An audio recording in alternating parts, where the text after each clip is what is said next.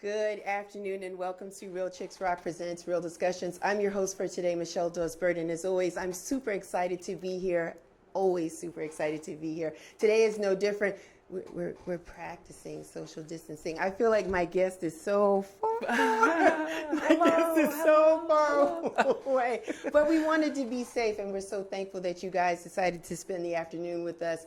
Thanks to all the listeners that are checking us out. For those of you that don't know, let me just give you a little bit of background about what Real Chicks Rock is all about. We're all about a brand that collaborates and connects and raises awareness for women through so many different platforms. We do it through public speaking, we do it through our public service, we do it through our mentoring, and we do it through this platform, which is the arts. And I tend to like this one the most of lately because I get to talk about topics and issues that impact us most.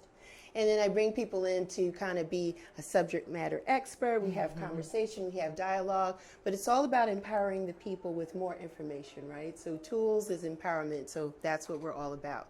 So thanks, guys, for joining us. Today's topic is all about yoga, all about yoga. Yoga is a huge sensation, I think. It's always been around, but I think more and more people are getting engaged with it because we're home more. We drive a lot. Before we were home, we were driving all the time. We're behind a desk most of the time, and we're just stiff and we're tight and all this kind of stuff. But we really are starting to become more aware of our health with everything that's going on. And yes, the pandemic is still in place, and some people are still sheltering in place, and we're still faced with challenges about school and our kids and things. There's so many things that are going on. Our stress levels are up. You know, we're trying to eat better while we are at home. But we're restrictive, right? The gyms are not open. Some that are, we're not going. There's still some reservations about us being in certain public spaces. So it's like, how do we still continue to stay healthy and move and be flexible during all of this? So again, today's topic is all about yoga. And my guest today to my right is somebody I like.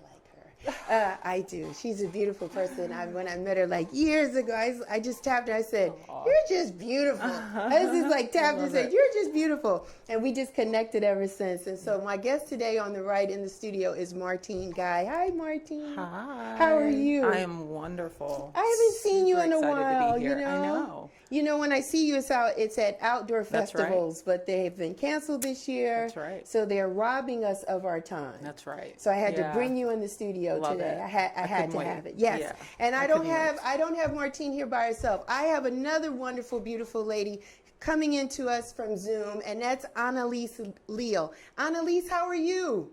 I am well. How are you? I'm good. You are the owner and curator and founder of Sacred Thread Yoga Studio, correct?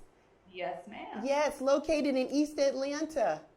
In Old Fourth Ward, we have two. Wow, that's right. East side, yeah. That's right. So, Annelise, tell the people a little bit about yourself. Just a little bit. Well, let's see. I am a new mother. We were just talking about that, which is part of why I'm remote today. Yeah, yes. I've been practicing yoga for a little over 20 years. I found it in my early 20s, and it has been a godsend in so many different ways. I love music. I need to get in your group and start hitting those outdoor festivals. Yes. Join us. Amazing. Yeah, that's me. That's you. That's awesome. So, Marrteen, tell us a little bit about yourself. So let's see. I think I've been practicing, teaching in the world of yoga for almost 10 years now. Really? I think. Yeah. And it started with chronic pain. So, I took a class at the Y and fell in love with Shavasana. That was really kind of how I, and stuff was going on. I had just had a baby. My son was 8 weeks old when I started practicing yoga. So it was something that really just helped me through sort of that postpartum that I had going on. But it's been great. I love teaching in Atlanta. I now work full-time and teach for a women's shelter here in Atlanta. But it's been, service is part of our practice when we start talking about karma yoga, and I think that was a big part of my training and what I wanted to do. So, was it a specific pain, like for you? Breastfeeding. Wow. So my neck, right? Wow. this is what you do when you breastfeed. Right. No one would ever think, but I couldn't figure out. And my friend was like, just take a yoga class. Went to the Y. It was cheap. I almost threw up in my first yoga class. Why? Like that's because it was just, I hadn't done any exercise. I was 8 weeks after, out Yeah. from having a baby. Right. And I pushed my body. And I wanted to. Okay. I wanted to. Okay. And then we had Shavasana. And that was all she wrote. I was just like, what is this stillness and this rest? Like when you have a new baby, you're like, what is this? Why am I resting? Yeah. So, and I was hooked. I just kept going back. It was like a little bit of a drug. I just kept going back. And 10 years later. Annelise, when was your first experience with yoga? I know you've been teaching for 20 years, but when was it for you? Well, mine was different. Okay. So I did not like Shavasana when I started. I was in my early 20s. In fact, the very first time I did yoga, it was on not even a DVD, it was a VHS. Come on now. Come on now. In a college dorm with my guy friends, actually. And then shortly thereafter, studios started popping up. I was in Charlotte, North Carolina at that time. And I went into the studio and I fell in love. But for me, it was the breath, the pranayama practice, breathing and moving with my breath. And feeling that rhythm between my breath and my own body was like meditative and just everything for me. And Shavasana, if I had found Shavasana now, I would have been like Marrteen. I would have been like, yes.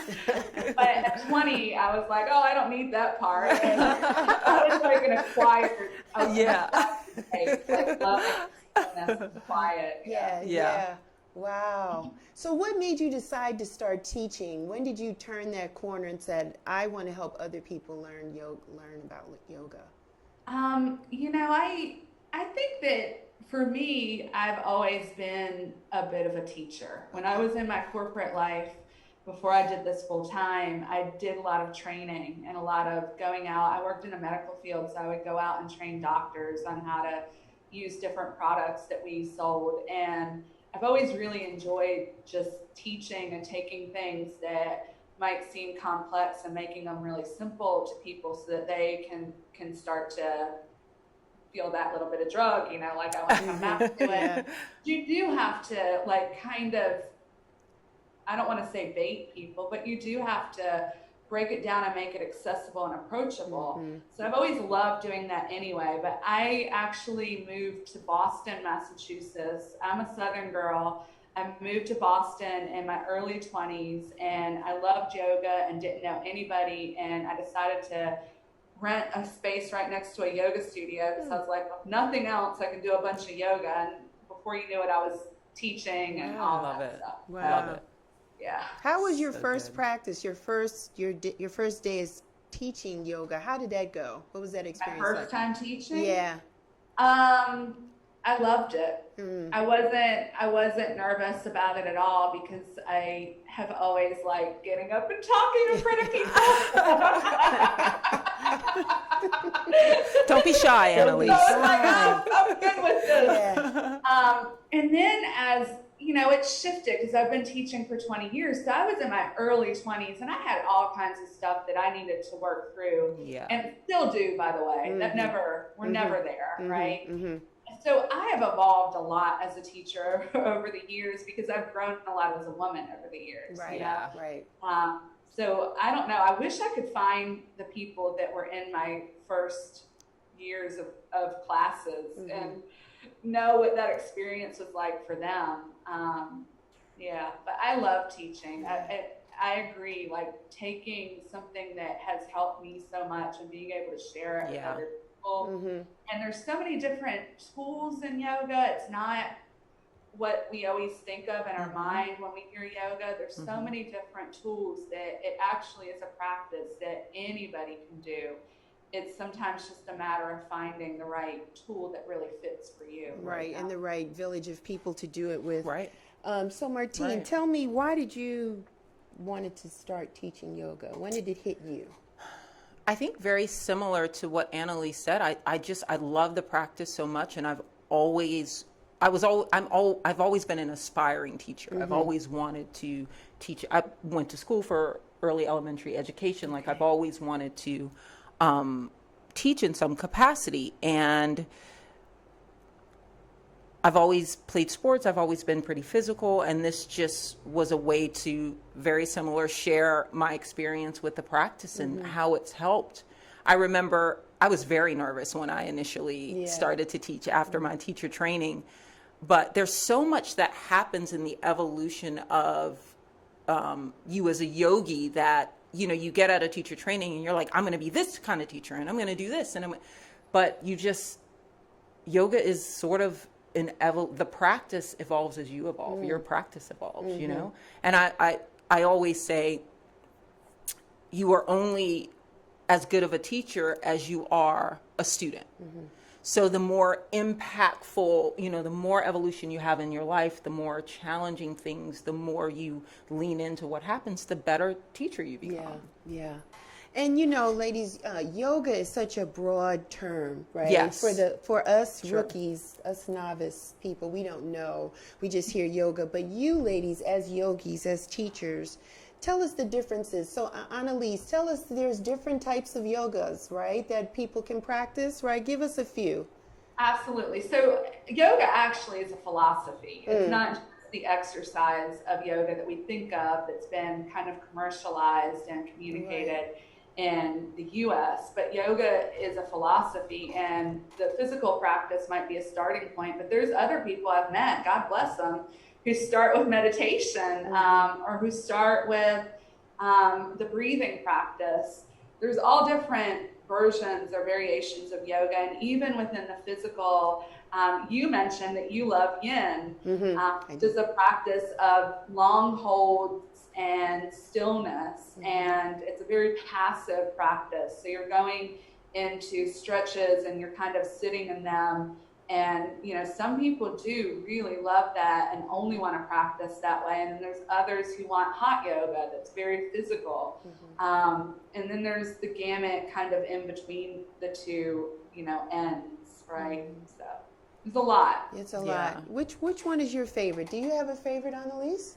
Well, I started young, so I loved hot, sweaty, powerful yoga, and I still do. However, I also have acquired the taste of yin and Shavasana, but it cannot be an everyday practice for me. That's more like it's something that I do because when I take a yin class and I'm really like mentally into it, my body feels like it does after getting a good massage.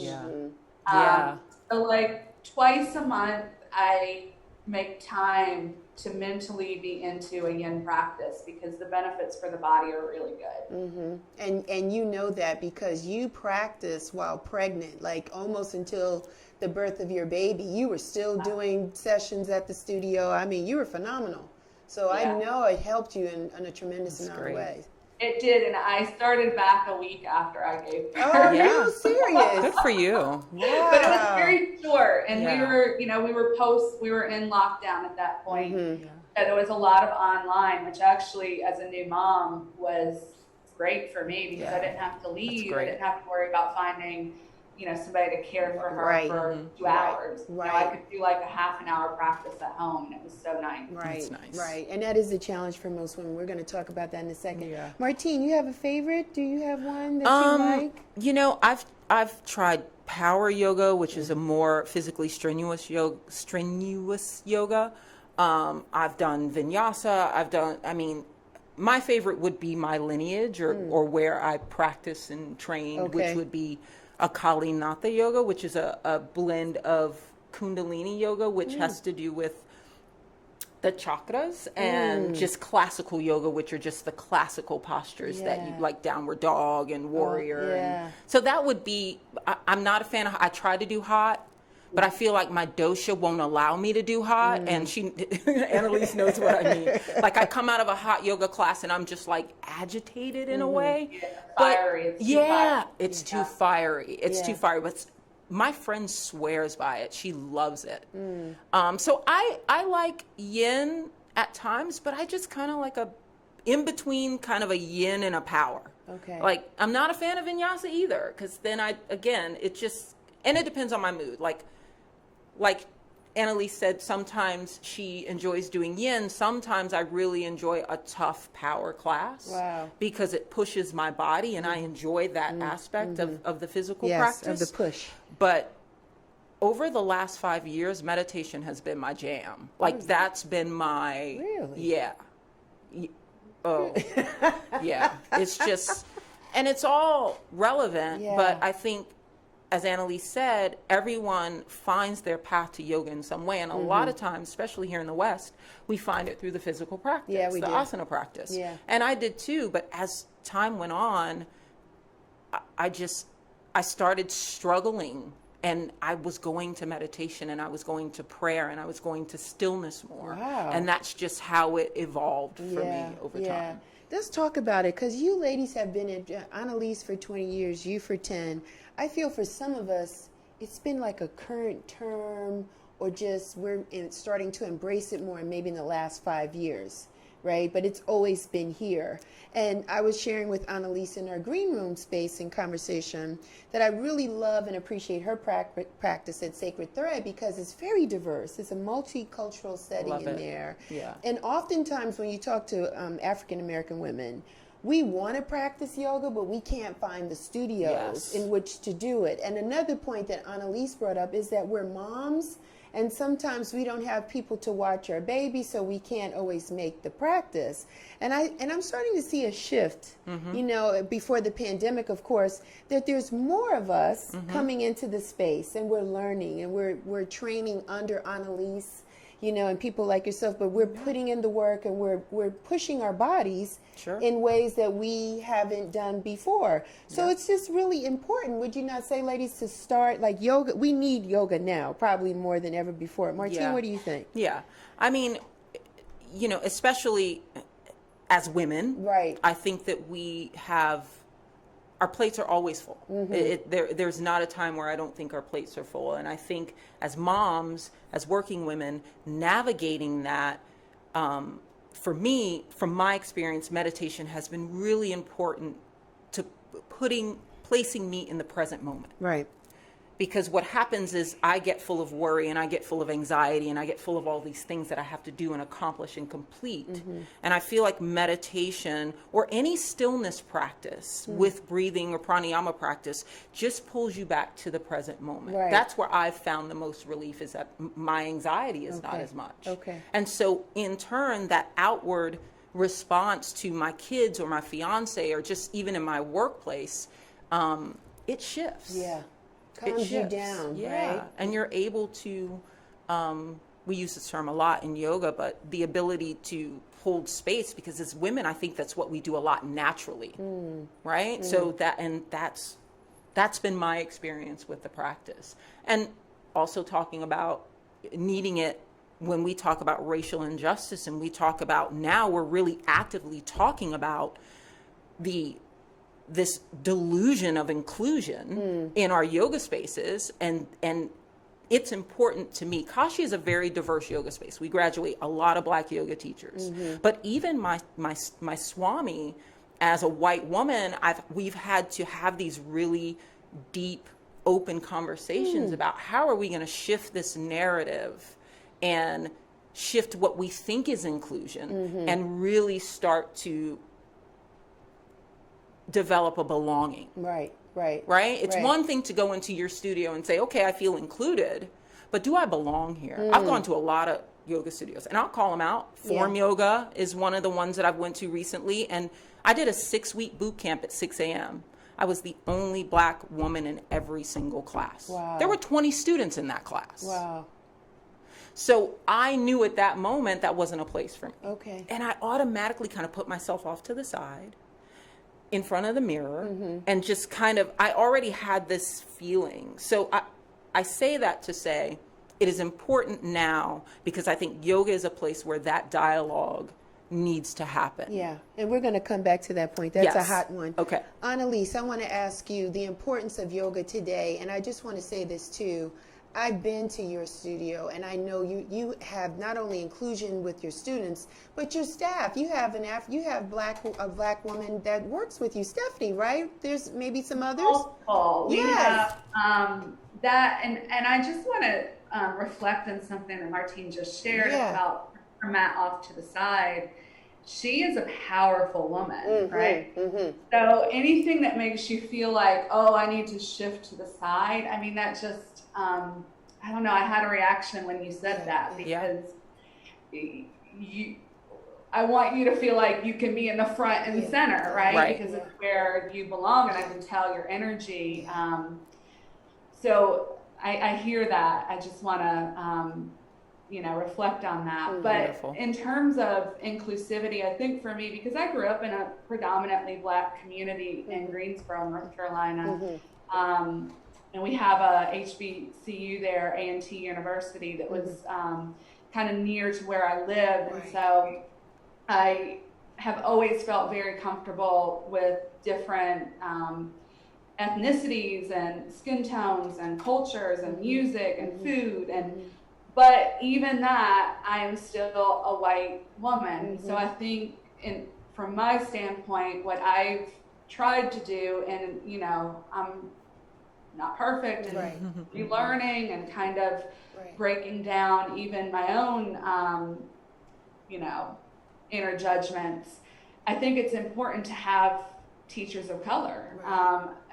I think that it's really difficult to have a studio that feels like a space that everybody can belong in when the voices in power and leadership are not diverse. Absolutely. So amplifying the voices of women in color, black women specifically, has been something that I've been working on being more aware of and investing in. And even my hope, if my studio doors stay open, is to hire a program director of color for the studio next year, because I think that idea of not just being a teacher, but also being in power and having a voice is critically important to balance my voice as a white woman, right? So, You're pretty successful, Marrteen, Annelise, in how you attract the audience to come, or people to come. Is it your marketing? You have a marketing plan, or how do you get people in your doors all the time? Because your emails are spot on.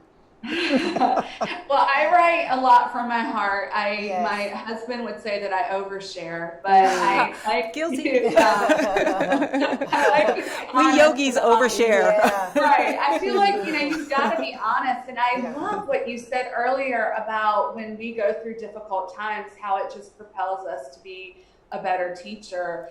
There have been times in my life where I'm like, I can't make it through this. I don't know why God's taking me through this. And that thought has in my head, like, you're going to be able to work with people in a different way. This is just one more feather in your cap or whatever, where you can relate to people in a different way. So I really try to share from my heart, which I think resonates with people, not as marketing, but just as friendship and community. And I'm also very acutely aware of images on social media and making our community more diverse, even there, because I think, and I'm, a size 10 yogi, I think that it's important to show that yoga is not just for thin, young, white women, the way marketing for the past decade has kind of portrayed it. So if we can't see ourselves in a space, then it becomes really discouraging to ever go into that space. So those are probably the two things that I try to do. Gotcha. Yeah, I love that. I want to ask you, Marrteen, does diet, is it important? Does it play into your practice? I think oftentimes we're going to the gym, we're running, we're riding our bikes, we're going to yoga 3 times a week, but then we still won't change our diet. And then we wonder why we feel the way that we feel. So when you came into the practice, did you change your diet right away, or was it you had to educate yourself a bit? I had to build an awareness around what was happening in my body. Okay. And how I was feeling. And I took that, trying to understand my body as an individual, not what someone else was doing, not what everybody else. And then once I did that, just foods that were nourishing for me and I say dosha, but body makeup or metaphysically how I am. Right. So, it always comes back to fruits, vegetables, lots of water, it took about 4 or 5 years. Wow. Right? Okay. Because this is a lifestyle change. Yes, it is. So I went in, eating a lot of processed foods, and then I sort of tried to weed a lot of that out. If I look at my refrigerator 10 years ago and I look at my refrigerator now, right. I know. It's No, there was some junk in there. Completely different. Totally different. Down to using chickpea flour, right? Wow. Down to using ghee, down to using, I'm trying to incorporate more spices, more Eastern spices in my food because inflammation and acne, all those things. So yes, I think it's important. Water, I always go back to water. It's funny, I read something about joint mobility and how it comes from muscular flexibility and how water is like oil for your joints, right? Or proper hydration lubricates your joints. And so I always go back to drinking a lot of water, not overeating, portion size. It's harder to shift the lifestyle, I think, than it is to do anything else. Okay. Because we sort of fall back into meat wasn't tough for me because I didn't eat a lot of meat. But dairy was tough. Like you just have to figure out how it works and what's in your food, right? Read the labels. Like that was another super important thing that I had to learn to do is read the label. If you can't pronounce it, I don't know if you should eat it. Yeah, you're absolutely right about that. And now that's not always, I still eat cheesecake because I feel like it's a part of who I am. But that's just my thing. I don't know if that's ever going to change. But, I started going back to the gym about 3 or 4 weeks ago because I was having problems with my shoulder. And I know that strengthening the muscles around your joints helps. So now I have a yoga practice and I still have some sort of a weight practice. And that's, been tremendous. But listen to your body. It's crying out. Yeah, and figure out what your body wants you to do as far as your diet It's goes. a lot of trial and error, though. It right? really is. Annelise, would you agree? It's a lot of trial and error because not only are you trying to do this lifestyle change, you're really trying to come into it. You're trying to be right? And let's not even talk about the first of the year. It's just, you say enough is enough. I'm really going to do this. And you're trying to balance the work, the life, the motherhood, the wife, the partner, the business. Hello, somebody. We got all these things going on. And then time, you're aging at the same time. Yeah. So the decades are rolling by. So the way your body used to break down food is different. Yeah. The things that they put in the foods are different. Yes. So I don't know if there's ever a right answer. But God bless you if you're making the attempts, right? Annelise, how are you with your diet and all of that? I'm not as good as Martina. Yeah. Listen, I wrote all that stuff down, Annelise. Email me later. I just really started with getting rid of processed food. I understand. That was the starting point. Can everything or for the most part, can most of the things that I put into my body be natural products, And I encourage, people who are looking for that type of change to start there because I think it's important that it's manageable. But yoga is, the greater philosophy of yoga is really has so many fine points of wisdom. And one of them is this concept of brahmacharya, which is sometimes translated as celibacy in some versions of yoga philosophy, but there's different ways of looking at it. And the way that I have taught and have decided and like to look at it is an awareness of what and who we give our energy to. And that kind of comes back to the idea of food too, like what is fueling us. We have prana in yoga. It's our life force. It's what we would call in Chinese medicine, qi. It's what keeps us alive, right? So food is an extension of that. And when we can think of it that way, everything kind of inherently makes sense. We know what choices we should make and what we shouldn't, you know? Is yoga, in your opinion, a form of a religious practice or not really? No.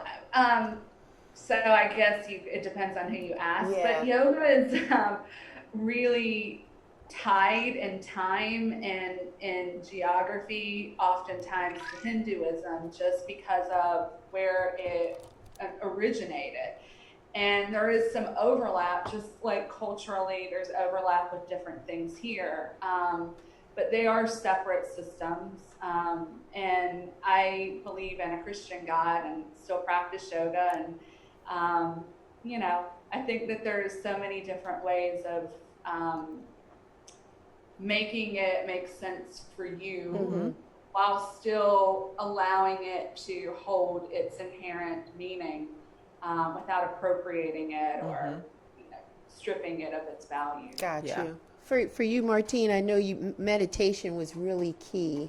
Do you feel that yoga is a form of a religion or not necessarily? You know, it's such an interesting kind of complex question, because I have Christian yogi friends, I have Muslim yoga friends, I have Jewish yogi friends. So I don't, it's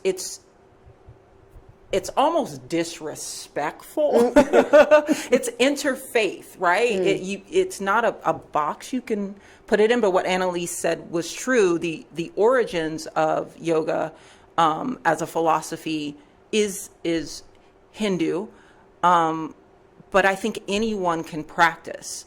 My lineage is Kalinatha. I have a Swami. My teachers are monks, and we do mantra, and we at times do mantra to different Hindu gods that embody, right, certain philosophies. So you see pictures of Ganeshbai, which is an elephant, and you know he is the remover of obstacles. So I think we have to have discernment, just like we do with anything else, and we can't appropriate, but there is a respectful way to understand what you're doing, and to not water it down to a certain extent. And I think Kashi has been interesting for me, because I do believe in a Christian God as well. So I've had all sorts of flux and movement and different understandings and misunderstandings, but I think that's great.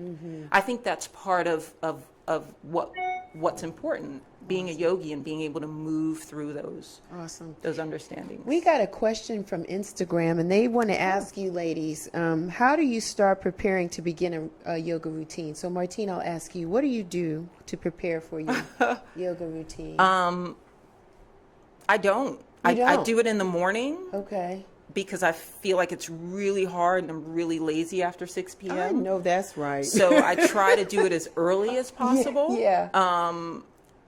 But if you're asking what I would do, or from my experience, if you can carve out even twice a week to start, I would do, 45 minutes and just find a few poses that you like and And you drinking plenty of water? Yeah. Do you have a superfood before you start? I don't eat. I normally don't eat before I practice, or if Okay. I do eat, if I'm doing a midday practice, I'll have a small breakfast. Okay. But you don't really want to do like downward facing dog and pranayama on a full belly. stomach, yeah. So, some water and you don't have to go hard, Yeah. find what is comfortable for Okay, you and go. and do some online stuff if you want. That's a great way to start. Okay. Annelise, what do you think? How do you start preparing to begin a yoga routine? I have people tell me all the time I can't do yoga because I'm not flexible, and I always say that's why you come to yoga. Yeah. It's not why you don't come. So, I think sometimes we can put obstacles, like what do I need to do to prepare myself? You just do. You don't need to prepare. You just do, because yoga actually is about coming home to yourself, coming back into your own body and your own power. Yep. So when we start to put up those obstacles, we're kind of fragmenting our power. And I agree, there's like so much great content online right now. It's one of the interesting byproducts of being in the pandemic is that everything's shifting online. There's a lot of free classes out there online. I would encourage people to get creative and play around. And then if you find somebody or something that really works for you to maybe, if you can afford to pay and get a subscription or a program with someone that's consistent. For me personally, I miss being in the studio because I'm all about group fitness. It has a level of accountability for me that I don't always do so good at on my own at home. So for me, like paying to have a subscription or a program kind of mimics that idea of accountability, and then I get to really know the teacher and the way the teacher describes things, and I kind of understand their language. That can be helpful as a beginner too. Annelise, share with us the demographics of the people that come to your studio, like the age possibly. Are they 35 and up or 40 and up, black and white, Latino, Asian? Like, what do you got going on at your studio? We have a very wide range of ages. Actually, I have some yogis that are in their 70s that come and practice with us. Yeah, and they are amazing and consistent. And I admire them so much. And we have younger people. I would say predominantly we're in the 30s, maybe early 40s. And it's a little heavier toward women than men, but we're working on that still. We do have men, but just not as many. And I would say maybe 30% of our community is of color, maybe 30 to 40. It kind of depends on the time of day and the class styles. It's not quite as reflective of the diversity in Atlanta, but it's close, and we're working to continue to do better and make the space feel like home for everybody. And it does. I'm going to go right to the over 21 question. Does yoga help your sex drive? Come on, Annelise, tell me something good. Does it help? Well, you know what I think it does do is it makes you really comfortable with your body. Yes. And that helps the sex drive. Yes. When you feel comfortable and you feel in tune with who you are, and also you feel powerful, So I think from that standpoint, for sure. Yeah. For me, for sure. It's obviously working. She just had a baby. Yeah. Just gonna throw that out there. Good answer. So you would agree it helps open up one's chakra. Let's talk about it. Does it? Come on, tell me something now. Sunday, over 21. I feel like from my experience, I used to be the shyest person when it came to physical intimacy. Really? Yes. Now, you would not know that by seeing me out in public, but when it came to like one-on-one intimacy, asking for what you want, come on, being more vocal about, being more connected, not turning the lights out, like little things like that, you just become more confident and accepting of who you are in your physical body. And yoga it makes you feel strong and powerful and complete in so many ways. I know it has for me that, I went from turn the lights out to I'm going to need you to take those off. Like that's kind of the small version of what it's like. It's just the shift. I think the shift was, as you can see that part, I really like. The shift was amazing. You're always because I was really shy. I was really shy when it came to that. You're always glowing when I see you. I am. Because I'm going to need you to take those off. Yeah. Awesome. That's a yes. The confidence, for sure. Yeah. The confidence. And I also think knowing the different parts of your body. Yes. Yeah. Also we engage bandhas, which are very like Kegel engagement. So you're starting to know, especially for women, your body in a way that we're not often raised to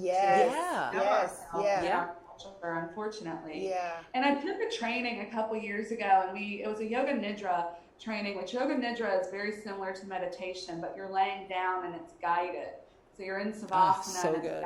guided. And I love Yoga Nidra. Yeah. And the teacher who was teaching it asked us to like breathe down into our pelvis. And then when we got done, she was explaining what she took us through. And she said, it's so interesting when I tell people to breathe into their pelvis, the men never have a problem with that. They're like, I got this. And the women are like, I don't really feel like I can't feel that connection. It feels weird. That's so interesting. And I think, I don't know if it's 40 years of the menstrual cycle or whatever, but sometimes we feel a little burden around our pelvis. We don't feel as powerful or free with it, right? Yeah. So it's nice to have something that kind of helps to rewire how we think about ourselves. And the ability to relax. I'm going to say that very quickly. Because you being able to just relax and not and sort breathe. of, and take it all in and let it all out. I'm going to move on. I'm going to move on. So, yes, for those that are listening, yes, it can help. It can help because we need tools to help us as much as possible. Yes. The current economic position with the pandemic, everything is a mess. So, you know, Annelise, I want to ask you, how are things going for you? Again, people have preferences. Some want to do it in the studio with you. Some do it at home. What's really going on? You're taking it to the streets. You're in the park. Tell us what's going on for Sacred Thread. We are doing everything. We're doing everything that we can to save our business. We're doing everything that we can to give people options because the alternative is a lot of people are not practicing. So I was sharing with you before we got on here that it's a lot of work because we are doing outdoor, we're doing in studio, we're doing online. And I didn't think that I would own an online business. That wasn't what I intended to do. So a lot of it's outside of my expertise. I'm learning as I go. But it's so important to me that I don't leave my community stranded in this time where it's actually, we need yoga the most. So it's partially fighting, like just being scrappy and trying to keep the business alive, but then also really being aware of everybody's at a different place with the virus. Some people don't mind coming into a studio, and we have very specific rules around it too to make it like as safe as possible. And then there's other people who are like, you won't see me for a year. I'm not going to be back, you know? So we're trying to give as many options as we can. Yeah. So are you limited to the space? How many people in your class now? Maybe it's a dozen per se? No, not even. So my old Fourth Ward studio can hold over 40 people, and we have 8 people in class. Wow. And that studio specifically is my favorite if I want to go practice because the windows, it's got 20-foot windows, the old factory. The windows open, so it's almost like being outside, and it feels so safe to me to be there. But of course, you know, it's a calculated risk no matter what you do. But the economics right now are a nightmare. I am so discouraged by our political leadership and how we've been really left out to dry. And as much as they talk about passing packages, the packages that they put together don't actually do what businesses need them to do to make it through this. So we're stuck. I'm in a little bit of a hard place in my life, and it's been a yoga practice. I've been practicing meditation a lot to get me through. How long has Sacred Thread been open? 8 years now. Wow. 8 years. 8 years. And it's trippy because we were doing really well, you know, and I think I talked to other business owners in Atlanta too, and they all say the exact same thing. One of the most discouraging things is that we didn't do anything wrong. It's not like we're mismanaging our business. We're healthy. We were really excited about them. And now, you know, you're so defeated running a business and trying to keep it alive. So hopefully we all pray that, we'll get we are turning the pages soon. I hope so. How about for you, Marrteen? Has your business been impacted? You know, I'm in such a different I taught just yoga for probably 5 years before I took on one full-time job, and then I taught again full-time and took on another full-time job. Didn't want to go back to corporate. So I've done both. I'm not a studio owner. I don't think that was ever in my, I never thought about it. Right.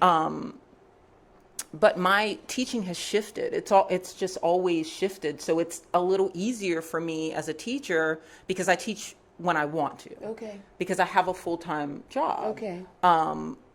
So I teach once a month. I do a workshop, and then I teach at the shelter, the women's shelter, where I work full time. And that's kind of become my both my teaching and my practice. It's always shifting. And so I take opportunities as they come. I've worked with kids people are, always contact me to work with kids or do one-off events. And I love doing that stuff because I get to sort of manage how that works. But my yoga has become, in my work as a mentor and a teacher and a support person for this transitional housing shelter, my yoga has become more important than I ever thought it would be. And I'm gonna, I'm considering going back to school and doing some work in mental health because that's just where my yoga has gone. And I think meditation and pranayama are going to save people's lives. Wow. I really do. That's heavy. I truly believe it. That's heavy. Yeah. And I know at the shelter, the place that you work at, they do phenomenal work there. So congratulations on being there. Thank you. Do you think that kids should be more involved in yoga? Oh, absolutely. What's going on with our babies? Oh my gosh. Do we need them to get downward facing dog more? I think for 5 years I taught kids more than I taught adults. And it Really? was so fun. And, there are programs out there that where the curriculum is built around going into the public schools and teaching on certain grade levels. Yes. This project called the Mindful Life Project comes to mind. They had a whole curriculum built out to implement being mindful in the classrooms. And I think it's important, and I think it would be a great touch point for kids, but it's at the end of the budget for any school. Especially schools that are not, I say underserved. I use that term very lightly, but I think it's valuable. I love teaching my kids, and they loved coming to my classes, and they are the best at pranayama. They're the absolute best at pranayama, and they love it. Annelise, from a studio perspective, is it a liability to have kids in the space? It's just not really good to have them there, right? We don't.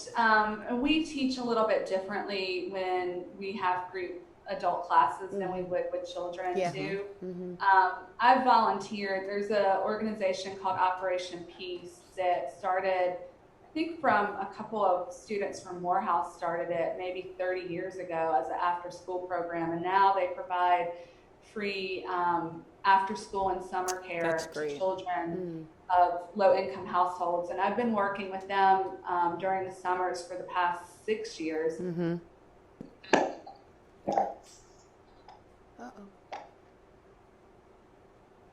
Can you hear me? Oh. Got you. Oh, Got you. Yeah, you went out for a minute, but we hear you now. And I agree, it's amazing with children. One thing that I've noticed is that when they come into the studio, I can always kind of tell who's the class clown and who kind of is the leader.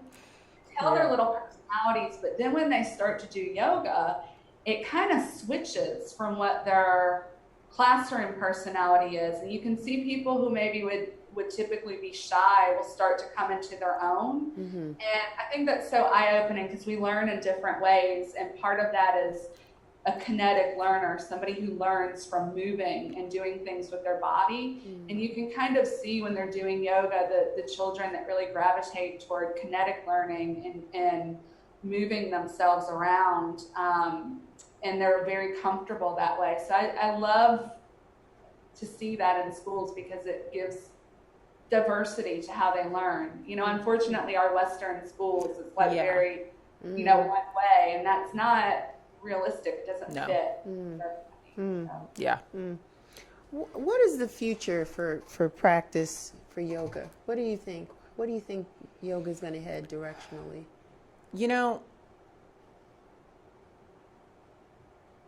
I don't know. I think for the next, I think we have to be prepared for whatever the transition will look like. I think right now, from a practical sense, smaller class sizes and having virtual offerings are definitely the way to go. But hopefully we'll be back in the studio at some point, because that's really where kind of the magic happens. You know, it just, the Shakti, which is the energy that happens when you're in a group of people that are doing mantra or pranayama, or you can't really duplicate that. So I understand why it's difficult. I mean, we had at Kashi, we have 3 classrooms and a full schedule and a full kitchen where we were serving meals, and we have a robust teacher training every year, and we went completely online with the teacher training, and we were touch and go because we didn't know.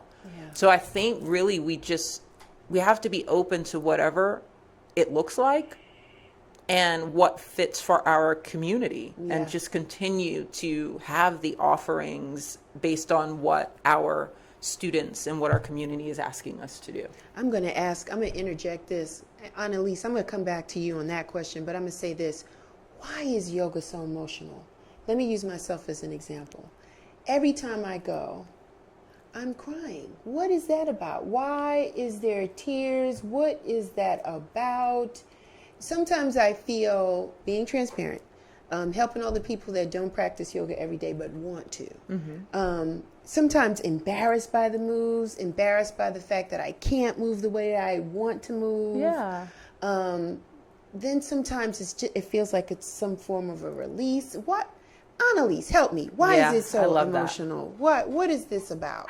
So we have 2 different ways we like to look at the body that are not physical. One is our chakras, which Marrteen mentioned, and there is a chakra that really deals with our emotions. And the other way that we look at the body are what called koshas. And koshas are like these layers. If you think of the little Russian nesting dolls where you open it up and there's another inside and another inside and another inside until you get down to like the heart of it, right? And when we're in a yoga practice, we are accessing different chakras and koshas that we're becoming aware of them. They're always there, but we're speeding through life so quickly that we're not always aware of ourselves in these different ways. And there is an awareness that comes in our yoga practice, whether you take hot yoga or a deeper, more philosophical version of yoga or not. It's going to happen either way, because you are starting to move and get back into your physical body and slowing down. And there is a vulnerability. And the limitations of our physical body, I think, actually serve us in so many purposeful ways.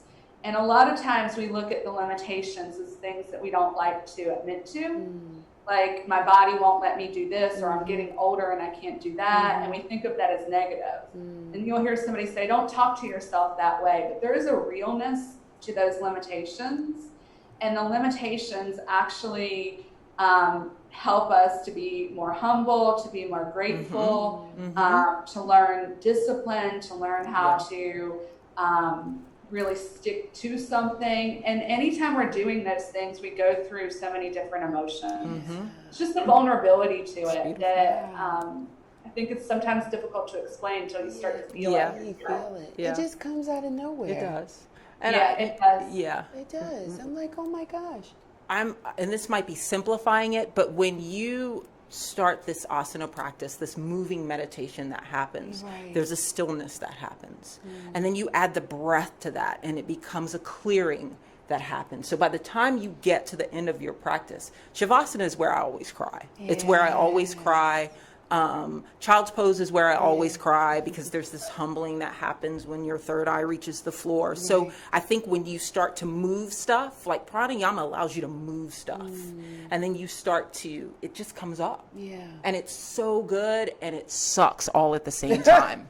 Like, it's so good, and then other times I'm like, I don't even know what's happening. All I did was go into downward facing dog. Like, but it's good though. It's I so know. good. It Yeah. is. It Yeah. is. I just always wanted to ask. I'm like, I feel like I'm like, why am I crying? I have no idea why I'm crying. I'm like, So good. this is Yeah. crazy. Yeah. This is nuts. Annelise, where do you want to see practices for yoga? What do you think is the future for yoga? What do you think is going to happen for us? I think a lot of meditation. I think people are really waking up to the power of the meditative practice, which I think is amazing.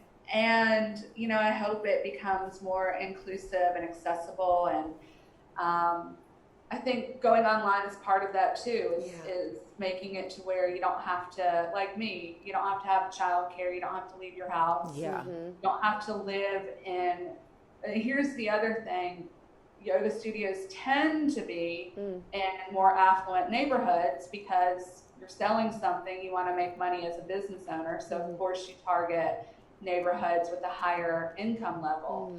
However, most of us regular folk, you know, are the ones that really need even more these stress managing techniques and that outlet. So I think online is great because it helps to solve some of those problems too. Yeah. Yes. Awesome. Absolutely. So, Annelise, how can the good people find you? Where can we find Sacred Thread? Where's the location? Tell us something good. Website, everything. So we are in East Atlanta, right in the Village, across from Argosy. And then we're in Old Fourth Ward off the Beltline, near to Urban Licks. Okay. I remember that. You can find me online. My website is the Vita Yoga, the Vita Yoga. So you can check us out online or in person, and Fantastic. And donations are always welcomed, right? They are. We're doing a GoFundMe right now to try to launch a new concept for our studio for next year. So if people are interested in reading about that, they can read about it online. But it's a diversity model and an affordability model where the classes will all be $6. Oh, I love it. Purposely, I was like, how much is a value meal at McDonald's? Yeah. $5.99. Okay. Yeah. I'm like, we're going to make it $6, so it's Love equivalent, you know. Awesome. So yeah, you can read about that if you want to. And how can people subscribe? How can we get those beautiful emails that you send out to all of your people? Where do they go to sign up to get those? So you can go to sacredthreadyoga.com and you can subscribe to the emails, and they'll tell you our schedule, all the things that we're doing. Right. Do also put free content online. So if you are on a budget and you still want to practice, we make it, you know, a mission to have some resources out there that rotate a couple of times a month. So. Awesome. Awesome. Love Marrteen, how can people find you? What's going on in your world? So once a month, I do this really great men's only class called Say the that Friday. again. Wait a minute. Hold up. Can women go outside to watch? I love it. Come on. Yeah, because, you know, men they don't feel as comfortable in the studio with women. Yes. So I was challenged to have this men's only class, and it's the first Friday of every month. And it's from 6:30 to 8, and it's at Sanskrit Moon Yoga in Hapeville. Okay. Sanskrit Moon also has online classes, virtual classes. They have some class in studio classes as well, and you can find their schedule at sanskritmoon.com. And kashiatlanta.org is another place where I've been teaching and training for years. We teach and train other teachers there. It's one of the only nonprofit studios on the East Coast. And we do a lot with the community before the pandemic, but we're working on it. Right. We have a full schedule of classes, and it's a really special place. Our teachers are so diverse, and the lineage is so rich. We've been around for 20 years at Kashi Atlanta. So, yeah, we have a lot of offerings. So awesome. kashiatlanta.org if you want to check out our schedule there. Yeah. The men are going to do yoga. I know. I love They're so that. cute.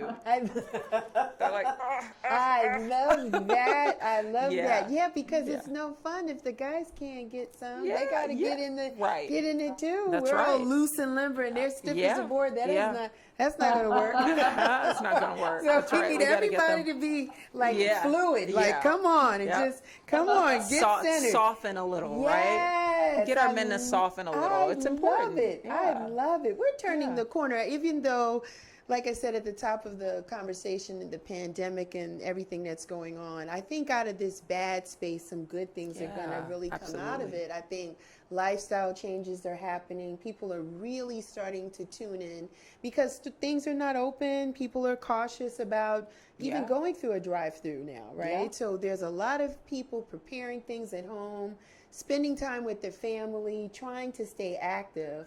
And I think this is just one more ingredient that they can include to just make sure that we're healthy when we come through this or while we're going through this, right? So that we have the flexibility and the mobility and the soundness of mind, I think is important as well. Sure. I want to thank you ladies for joining me wonderful. today. This Thank was you. nice. This is a nice way to spend Sunday. Yeah. Right? This Yeah. was good. This was great. I feel invigorated. I'm going to get a little online with Annelise. Yeah, I'm going to I get think a little I'm gonna with do- you. yeah. Yeah, I got to get a little. You gave 5 days free yoga, by the way, the other day, did. which was That's awesome. phenomenal. I We did had that. an amazing 5-day challenge. Yes. We do That's that amazing. every so often. So get on our email. Yeah, you're love it. giving goodies away. I be watching. I be participating amazing. over there with Sacred Thread. Yeah. I love you guys both. Thank you so much. Thank That's you. my time. But you guys know me. I'm Real Chicks Rock. We're everywhere. We're on Instagram. We're on Twitter. We're on Facebook. Go check out our website, realchicksrock.com.